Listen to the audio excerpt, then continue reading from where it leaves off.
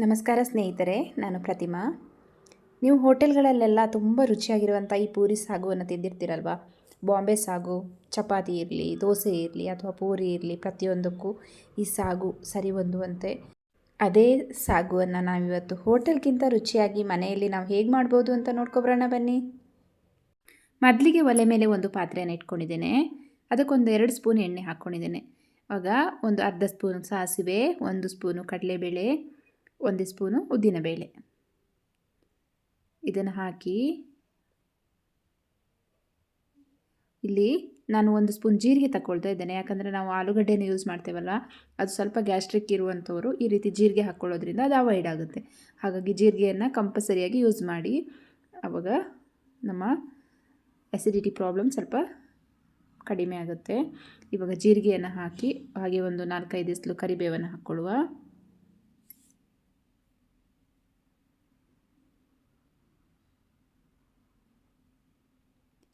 ಈಗ ಈ ಒಗ್ಗರಣೆನ ಚೆನ್ನಾಗಿ ಒಂದು ಸಲ ಮಿಕ್ಸ್ ಮಾಡಿ ಒಗ್ಗರಣೆ ಘಮ ಬರಲಿಕ್ಕೆ ಬಿಡುವ.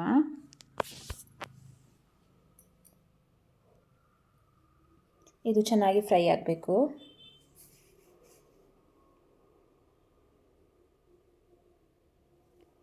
ಒಂದು 2 ಹಸಿಮೆಣಸಿನಕಾಯಿನ ನಾನು ಹಾಕ್ಕೊಂಡಿದ್ದೇನೆ. ನಿಮ್ಮ ಖಾರಕ್ಕೆ ಅನುಗುಣವಾಗಿ ಹಾಕ್ಕೊಳ್ಳಿ.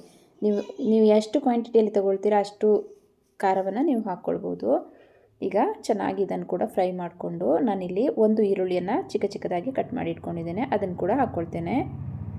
ಈರುಳ್ಳಿಯನ್ನು ಹಾಕಿ ಚೆನ್ನಾಗಿ ಫ್ರೈ ಮಾಡ್ಕೊಳ್ಳುವ. ಈರುಳ್ಳಿನೆಲ್ಲ ಚೆನ್ನಾಗಿ ಒಂದು ಸಲ ಫ್ರೈ ಮಾಡ್ಕೊಳ್ಳುವ.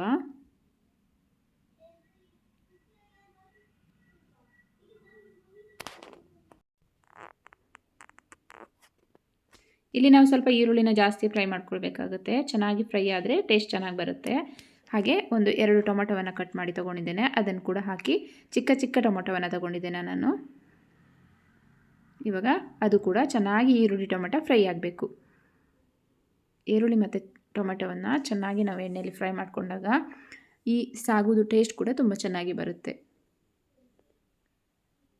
ಎಲ್ಲರೂ ಪ್ರತಿಯೊಬ್ಬರು ಕೂಡ ಇಷ್ಟಪಟ್ಕೊಂಡು ತಿಂತಾರೆ. ನಾವು ಹೋಟೆಲಿಗೆ ಹೋದಾಗ ಈ ಪೂರಿ ಸಾಗುವನ್ನು ತೊಗೊಳ್ತೀವಿ. ಆ ಸಾಗುದು ಎಲ್ಲರಿಗೂ ತುಂಬ ಇಷ್ಟ ಆಗುತ್ತೆ.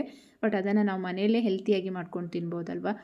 ಈಗ ನಾನು ಸ್ವಲ್ಪ ಉಪ್ಪನ್ನು ಹಾಕ್ಕೊಳ್ತೇನೆ. ರುಚಿಗೆ ತಕ್ಕಷ್ಟು ಉಪ್ಪನ್ನು ಹಾಕ್ಕೊಂಡಿದ್ದೇನೆ. ಉಪ್ಪನ್ನು ಹಾಕ್ಕೊಳ್ಳೋದ್ರಿಂದ ಈರುಳ್ಳಿ ಟೊಮೆಟೊ ಕೂಡ ಚೆನ್ನಾಗಿ ಬಾಯ್ಲ್ ಆಗುತ್ತೆ. ಚೆನ್ನಾಗಿ ಮಿಕ್ಸ್ ಮಾಡ್ಕೊಳ್ಳುವ.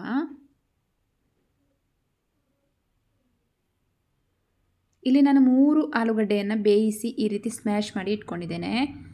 3 ಆಲೂಗಡ್ಡೆ ತೊಗೊಂಡಿದ್ದೇನೆ. 3 ಆಲೂಗಡ್ಡೆಯನ್ನು ಬೇಯಿಸಿ ಈ ರೀತಿ ಸ್ಮ್ಯಾಶ್ ಮಾಡಿ ತೊಗೊಂಡಿದ್ದೇನೆ. ಅದನ್ನು ಹಾಕಿ ಈಗ ಚೆನ್ನಾಗಿ ಒಂದು ಸಲ ಮಿಕ್ಸ್ ಮಾಡಿಕೊಳ್ಳುವ. ಚೆನ್ನಾಗಿ ಈ ರೀತಿ ಸ್ಮ್ಯಾಶ್ ಮಾಡ್ಕೊಳ್ಳಿ. ಆವಾಗ ನಮ್ಮ ಸಾಗು ಕೂಡ ಚೆನ್ನಾಗಿ ಬರುತ್ತೆ. ಅಂದರೆ ಅಲ್ಲಿ ಸ್ವಲ್ಪ ಸ್ವಲ್ಪ ಗಂಟು ಇರಬಾರ್ದು. ಆ ಗಂಟು ಇದ್ದರೆ ಈ ರೀತಿ ಸ್ವಲ್ಪ ಅದನ್ನು ಪ್ರೆಸ್ ಮಾಡ್ಕೊಳ್ಳಿ. ಆವಾಗ ಚೆನ್ನಾಗಿರುತ್ತೆ ತಿನ್ನಬೇಕಾದ್ರೆ. ಚೆನ್ನಾಗಿ ಮಿಕ್ಸ್ ಮಾಡ್ಕೊಳ್ಳುವ.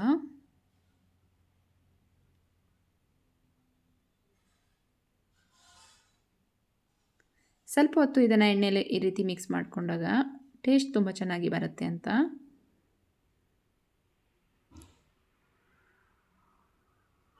ಇವಾಗ ಚೆನ್ನಾಗಿ ಮಿಕ್ಸ್ ಆಗಿದೆ.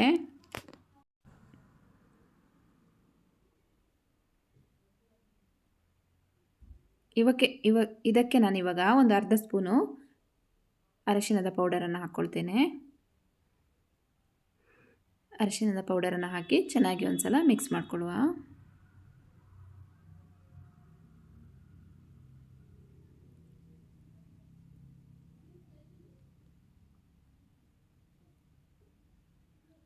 ಇವಾಗ ಮಿಕ್ಸ್ ಆಗಿದೆ. ಇದಕ್ಕೆ ಇವಾಗ ನೀರನ್ನು ಸೇರಿಸ್ಕೊಳ್ಳುವ. ನಿಮಗೆ ನೀರು ಎಷ್ಟು ಹದದಲ್ಲಿ ಬೇಕೋ ಆ ಹದದಲ್ಲಿ ಸೇರಿಸ್ಕೊಳ್ಳಿ. ನಾನಿಲ್ಲಿ ಒಂದು ಅರ್ಧ ಗ್ಲಾಸ್ ಹಾಕ್ಕೊಂಡಿದ್ದೇನೆ. ಯಾಕಂದರೆ ಆಲೂಗಡ್ಡೆ ಹಾಕಿರೋದ್ರಿಂದ ನಾವು ಅದು ದಪ್ಪ ಆಗ್ತದೆ.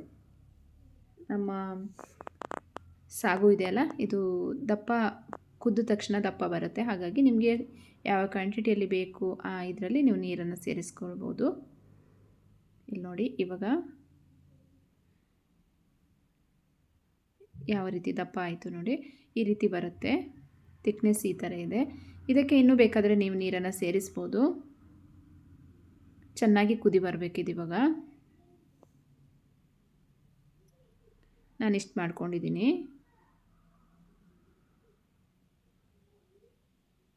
ಈ ಥರ ಒಮ್ಮೆ ಮಾಡಿ ನೋಡಿ ನೀವು, ಪೂರಿಗಿರಲಿ ಚಪಾತಿಗಿರಲಿ ಅಥವಾ ದೋಸೆಗಿರಲಿ ಒಮ್ಮೆ ಮಾಡಿ ನೋಡಿ. ಪದೇ ಪದೇ ಮಾಡ್ತೀರಾ, ಅಷ್ಟು ಚೆನ್ನಾಗಿರುತ್ತೆ. ನೀವು ಹೋಟೆಲಲ್ಲಿ ಮಾತ್ರ ತಿಂತೀರಲ್ವ, ಮನೆಯಲ್ಲಿ ಕೂಡ ನೀವು ಅಷ್ಟೇ ಟೇಸ್ಟಿಯಾಗಿ ಮಾಡ್ಕೊಂಡು ತಿನ್ಬೋದು.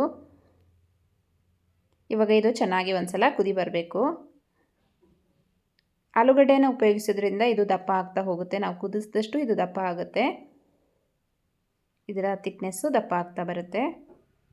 ಇವಾಗ ಮೇಲ್ಗಡೆ ಸ್ವಲ್ಪ ಕೊತ್ತಂಬರಿ ಸೊಪ್ಪನ್ನು ಹಾಕೋಣ. ನಮ್ಮ ಪೂರಿ ಸಾಗು ರೆಡಿ ಆಯಿತು, ಬಾಂಬೆ ಸಾಗು ರೆಡಿ ಆಯಿತು. ನೋಡಿದ್ರಲ್ಲ ವೀಕ್ಷಕರೇ, ಈ ವಿಡಿಯೋ ನಿಮಗೆ ಇಷ್ಟ ಆದರೆ ಒಂದು ಲೈಕ್ ಮಾಡಿ, ಶೇರ್ ಮಾಡಿ, ಕಮೆಂಟ್ ಮಾಡಿ, ಹಾಗೆ ನಮ್ಮ ಚಾನಲನ್ನು ಸಬ್ಸ್ಕ್ರೈಬ್ ಮಾಡ್ಕೊಂಡು ನೋಡಿ. ಇಷ್ಟ ತನಕ ನನ್ನ ವಿಡಿಯೋ ನೋಡಿದ್ದಕ್ಕಾಗಿ ತುಂಬ ಹೃದಯದ ಧನ್ಯವಾದಗಳು. ಬಾಯ್ ಬಾಯ್.